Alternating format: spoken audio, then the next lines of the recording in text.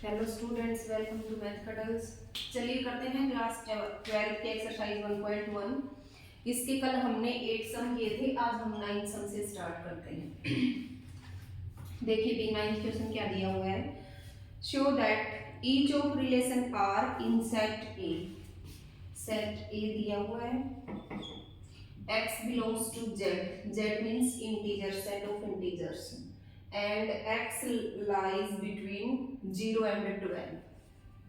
0 के इक्वल भी है और 12 के भी इक्वल है। ठीक है, मतलब 12 के बराबर और 12 से छोटा, 0 के बराबर और 0 से बड़ा, 0 से लेकर के 12 तक के इंटीजर्स हैं। तो भाई फर्स्ट पार्ट इसने दे रखा है r is equal to A B and mode of a minus b is a multiple of 4. Mod of a minus B 4 का मल्टीपल होना चाहिए। और सेकंड पार्ट दे रखा है r is equal to coefficient होने चाहिए A B and a is equal to b, बराबर होने चाहिए। ठीक है, इज एन इक्विवेलेंस रिलेशन। हमने प्रूव करना है कि ये दोनों क्या है भाई, एक इक्विवेलेंस रिलेशन। तो इक्विवेलेंस क्या होता है, जो रिफ्लेक्सिव भी हो, सिमेट्रिक भी हो और ट्रांजिटिव भी हो।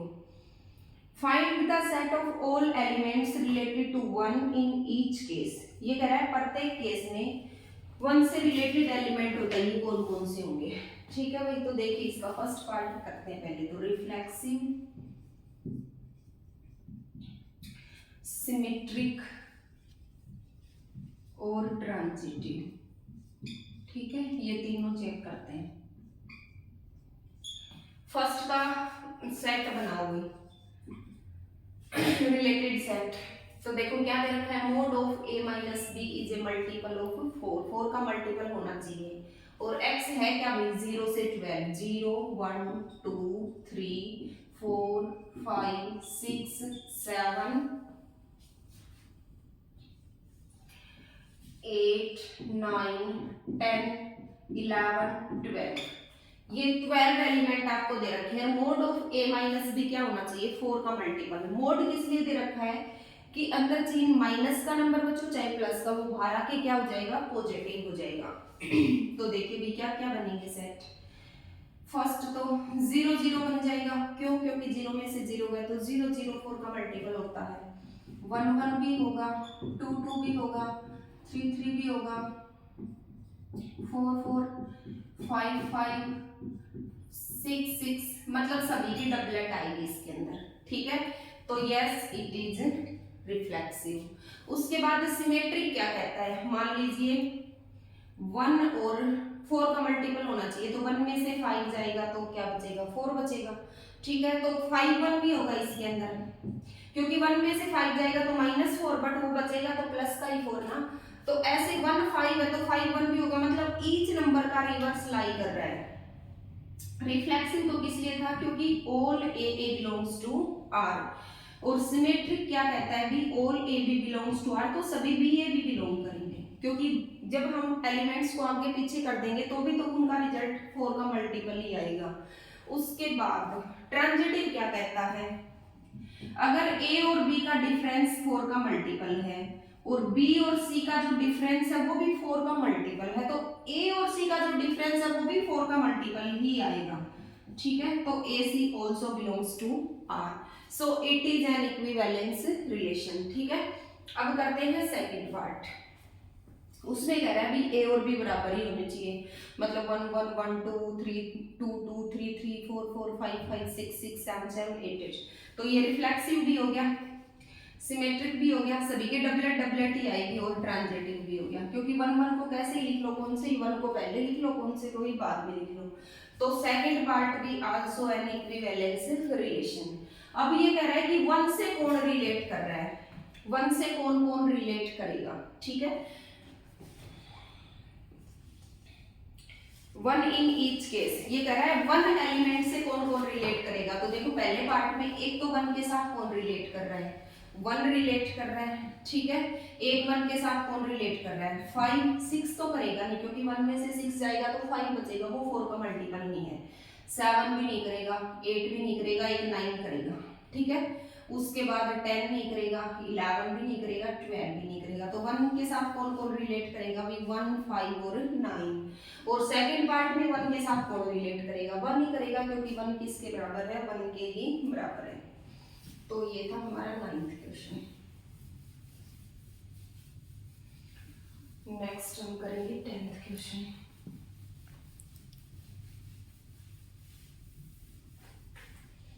क्वेश्चन देखो भी इसका, give an example of a relation. आपने एक रिलेशन का एग्जाम्पल देना है। ये कह रहा है symmetric but neither reflexive nor transitive. खुद से एक ऐसा एग्जाम्पल दीजिए जो सिमेट्रिक तो हो बट ना ही रिफ्लेक्सिव हो ना ही ट्रांजिटिव हो। तो पीछे आप क्वेश्चन पढ़ के आए हैं बेटे, एग्जाम्पल भी पढ़ के आए हैं, ठीक है।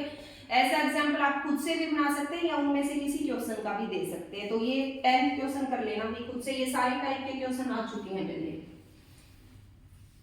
11th देखो, show that the relation R in the set A of points. बाकी अगर 10th ना हो तो आप कमेंट कर देना, मैं करवा दूंगी फिर। Show that the relation R in set A of points in a plane given by R is equal to PQ। क्या दे रखा है, जो रिलेशन R है वो सेट ऑफ पॉइंट्स है,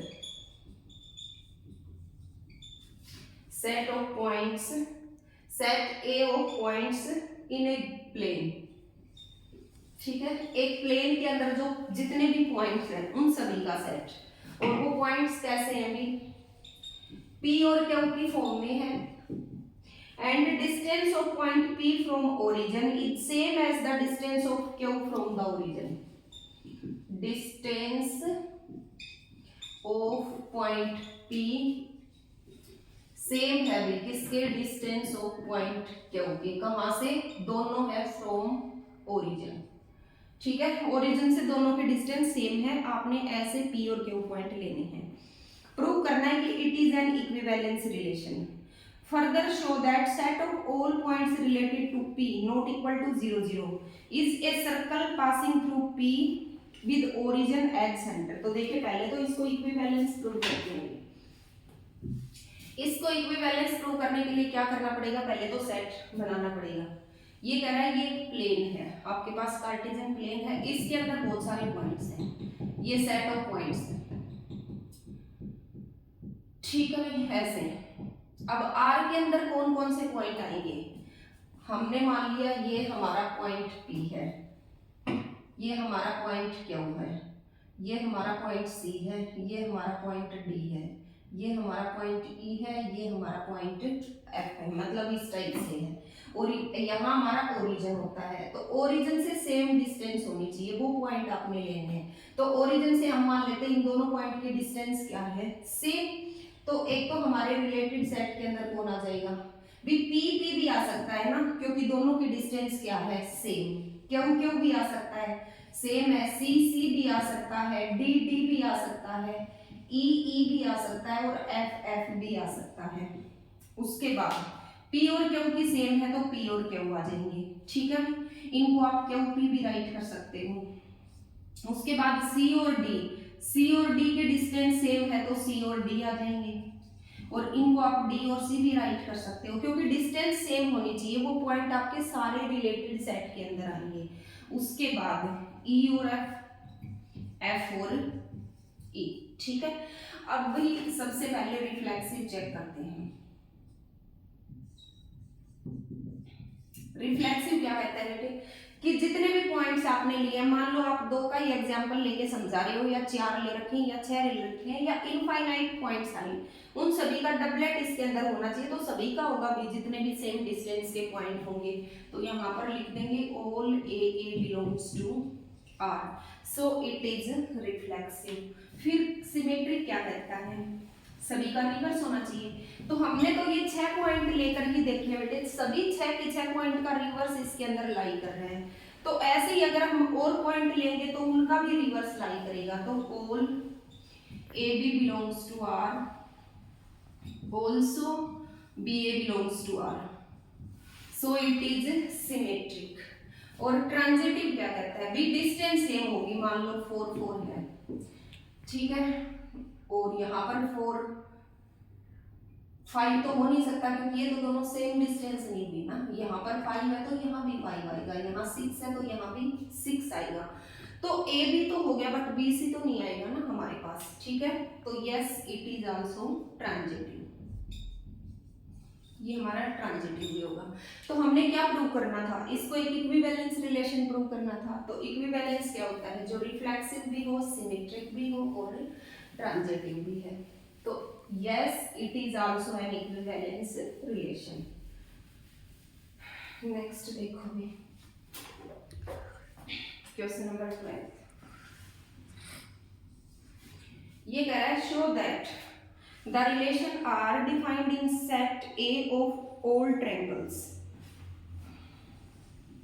set A of all triangles, सभी ट्रायंगल्स का सेट दे रखा है। ठीक है, उसके बाद क्या रखा है, और आर के अंदर कैसे है ट्रायंगल्स, T1 और T2 की फॉर्म में है, और कैसे है भाई, T1 is similar to T2, और ट्रायंगल सिमिलर कौन सी होती हैं, जो देखने में सेम हो। ठीक है, आइसोस्केल्स के सिमिलर होती है, इक्विलैटरल के सिमिलर होती है, राइट एंगल्ड के सिमिलर होती है। ठीक है, और प्रूव करना है it is an equivalence relation, इसको इक्विवेलेंस प्रूव करना है।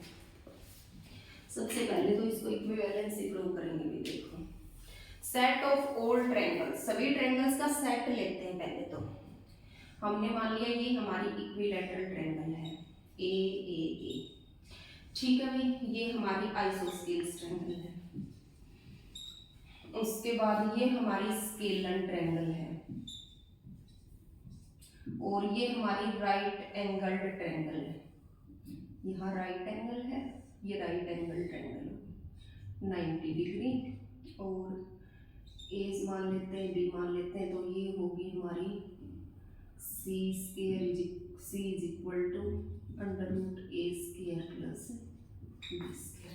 ठीक है, ऐसे होती है, मतलब ये है हमारे पास सेट ऑफ ट्रायंगल्स। तो रिलेशन कैसे बनेगा भाई, इसको ए मान लेते हैं, इसको बी मान लेते हैं, इसको सी मान लेते हैं और इसको डी मान लेते हैं। अब आपके पास 4 एलिमेंट हैं,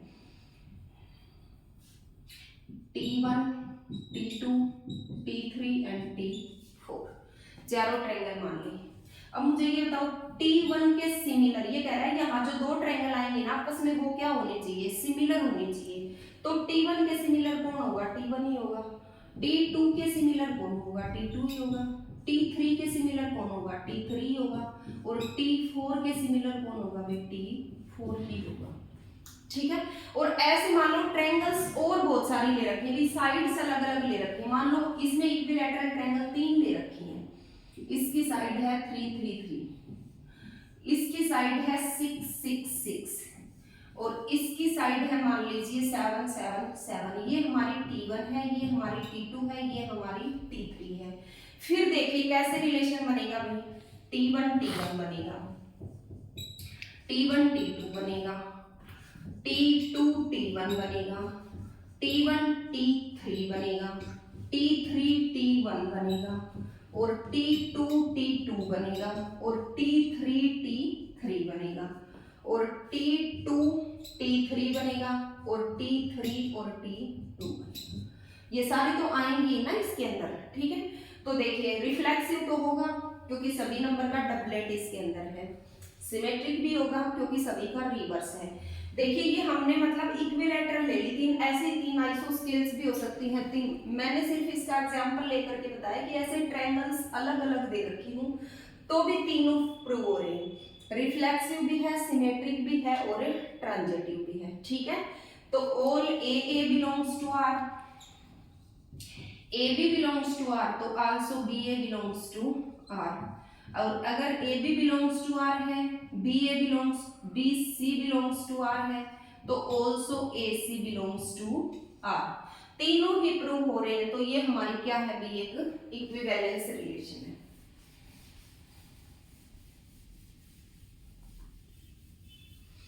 अब ये आगे भी दिया हुआ है थोड़ा सा, इससे पीछे वाला भी दिया हुआ था, आगे सर्कल का था, ओरिजिन सेंटर मान के। देखो क्या दिया हुआ है, consider 3 right angle triangle T1 with side. ये कह रहा है आप 3 राइट एंगल ट्रायंगल कंसीडर कर लीजिए। कौन कौन सी हुई? T1 है 3 4 5, जो सबसे बड़ी साइड है उसका तो हमें पता है ये हाइपोटेन्यूज होती है, ये हमारी 3 और 4 होंगे, ये इसने T1 मानी है। उसके बाद T2 है विद साइड्स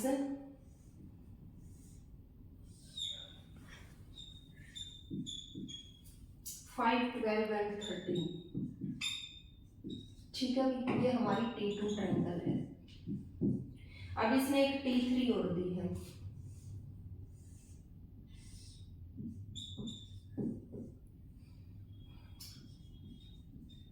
6 8 एंड 10, ठीक है। तो ये कह रहा है which triangles among T1 T2 and T3 are related. तो ये कह रहा है कौन से ट्रायंगल्स आपस में रिलेटेड है ये बताइए, ठीक है। तो आपस में रिलेटेड कैसे होंगी, जैसे इसने एक राइट एंगल दे रखी है तो तीनों ही ट्रायंगल क्या होनी चाहिए हमारी, सबसे पहले तो ट्रायंगल फॉर्म होनी चाहिए, ठीक है। ट्रायंगल फॉर्म कब होंगी भाई, जब ट्रायंगल की दो साइड का सम, छोटे वाली दोनों साइड का सम बड़े वाली साइड से क्या हो, बड़ा हो। तो देखो 3 और 4 कितना होता है 7, 7 5 से क्या है, बड़ा।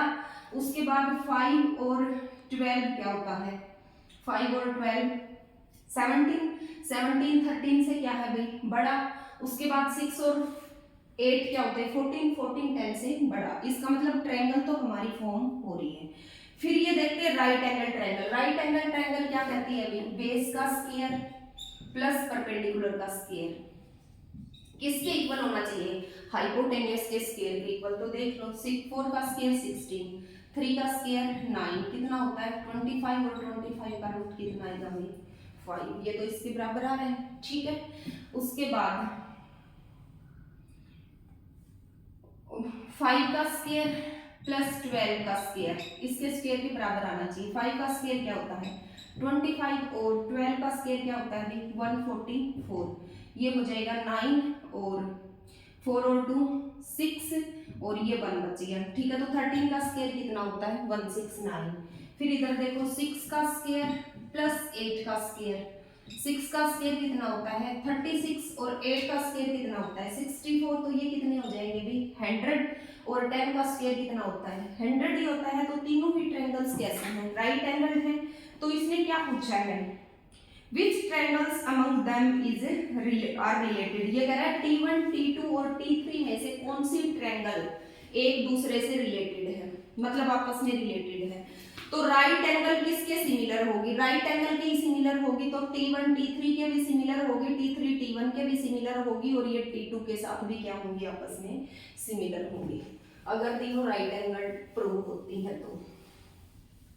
और अगर इन तीनों में से कोई एक राइट एंगल्ड या आइसोस्केल राइट एंगल्ड नहीं होती तो वो इनके साथ सिमिलर नहीं होती, ठीक है। उसके बाद नेक्स्ट देखो भी हमारा क्वेश्चन नंबर 13 में क्या दे रखा है भी, show that the relation R is defined as set A of all polygons, set A of all polygons। कैसे है भी, R is equal to P1 P2, और P1 और P2 कैसे हैं भी, P1 and P2 have same number of side,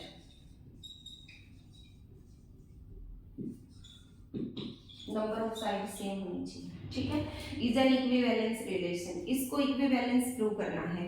and what is the set of all elements in A related to right angle triangle T with sides 3 4 5। देखो सबसे पहले तो polygons पता होना चाहिए। पॉलीगन्स क्या होता है, कोई भी क्लोज्ड फिगर, ठीक है, पॉलीगन होता है हमारा कोई भी क्लोज्ड फिगर, मतलब ट्रायंगल या कोई भी क्वाड्रिलेटरल, ठीक है। फिर ट्रायंगल के अंदर बहुत सारी साइड्स बहुत सारी ट्रायंगल्स होती हैं, क्वाड्रिलेटरल के अंदर बहुत सारी क्वाड्रिलेटरल्स होती हैं। तो सेट कैसे बनाने हैं भी हमने, जो ट्रायंगल है वो ट्रायंगल के ही इक्वल होगी, क्योंकि सेम नंबर ऑफ साइड्स तो ट्रायंगल की ट्रायंगल के साथ ही हो सकती है ना। ऐसा तो नहीं है कि ट्रायंगल क्वाड्रिलेटरल के सिमिलर हो, क्वाड्रिलेटरल की तो 4 साइड होती है और ट्रायंगल की 3 साइड्स होती हैं। और यहाँ मान लीजिए क्वाड्रिलेटरल है तो यहाँ क्या आएगा क्वाड्रिलेटरल, आगे फिर यहाँ पेंटागोन है तो यहाँ पेंटागोन आएगा, यहाँ हेक्सागोन है तो यहाँ हेक्सागोन आएगा, हेप्टागोन है तो आगे हेप्टागोन आएगा। ठीक है, अब सबसे पहले तो देखो रिफ्लेक्सिव, सिमेट्रिक और ट्रांजिटिव।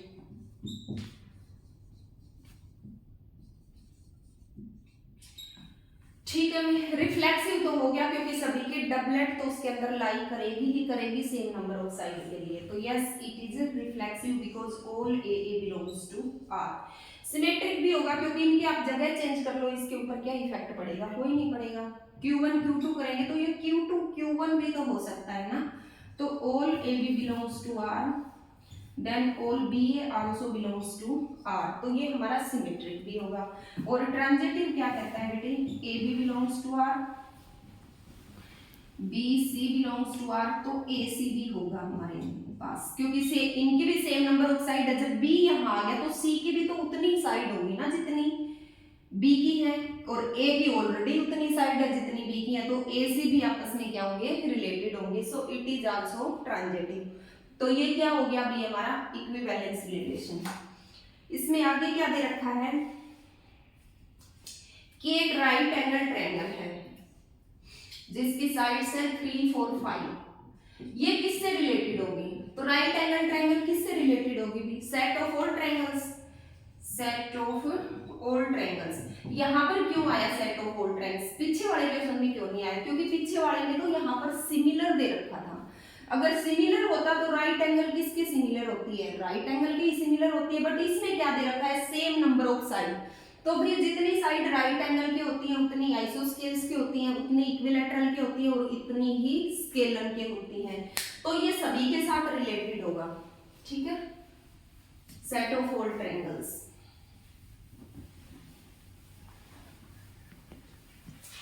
नेक्स्ट देखो क्वेश्चन नंबर 14, ये कह रहा है set L be the set of all lines in X Y plane. X Y plane आपके पास यहाँ x है, ये y है, और इसको पूरे को क्या बोला जाता है, X Y plane. Let L be the set of all lines, इसके अंदर पूरी जो जितनी भी लाइंस हैं उन सभी का सेट है L। और L कैसे डिफाइन कर रखा है, अभी रिलेशन बनाना है आपने, L1 L2 and L1 is parallel to L2। ठीक है, और प्रूव करना है कि ये क्या है भी, एक इक्विवेलेंस रिलेशन है।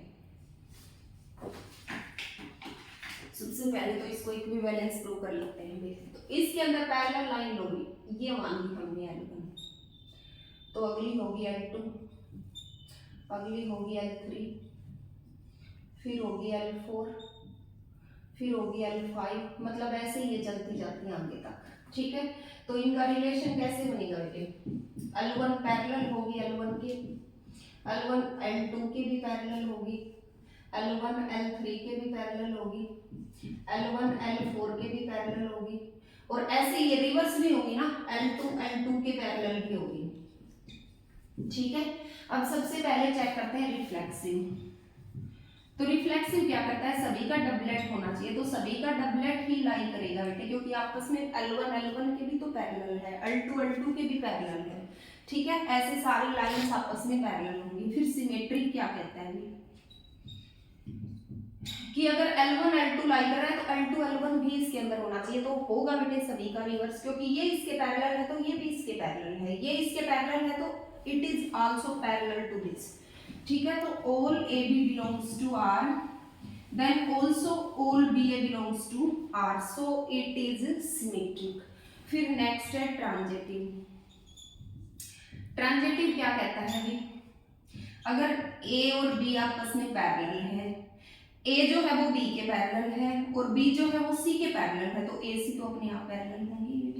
हमने मान लिया, देखो इसको ए मान लिया, इसको बी मान लिया, इसको सी मान लिया, ए जो है वो बी के पैरेलल है, बी जो है वो सी के पैरेलल है, तो ए और सी आपस में कैसे होंगी, पैरेलल ही तो है, तो so it is an equivalence relation. ठीक है, आगे क्या कह रहे हैं, find set of all lines related to line this. अब ये कह रहा है y is equal to 2x plus 4। इस ये एक लाइन है तो इसके पैरेलल, ठीक है, इसके साथ जितनी भी लाइन पैरेलल होंगी उन सभी का सेट बनाइए। तो ये दोनों तो सेम रहेंगे क्योंकि इक्वेशन होती है हमारी y is equal to 4mx या y is equal to 4ax, इस टाइप से। तो ये तो हमारा सेम रहेगा और ये क्या 4 की जगह क्या आ जाएगा कांस्टेंट। तो y is equal to 2x plus c की फॉर्म में जितनी भी लाइंस होंगी वो सारी इस लाइन के क्या आएंगी, पैरेलल आएंगी, ठीक है, वो सारी इस लाइन से रिलेटेड होंगी। 2x प्लस 5 आओ 6 आओ, ठीक है, तो 4 की जगह कांस्टेंट ले लेंगे, y is equal to 2x plus c। Next देखो क्वेश्चन नंबर 15। ये कह रहा है let R be the relation in the set, set A दे रखा है विद 4 एलिमेंट्स का 1 2 3 4 और इसका रिलेटेड सेट दे रखा है 1 2 2 2 1 1 4 4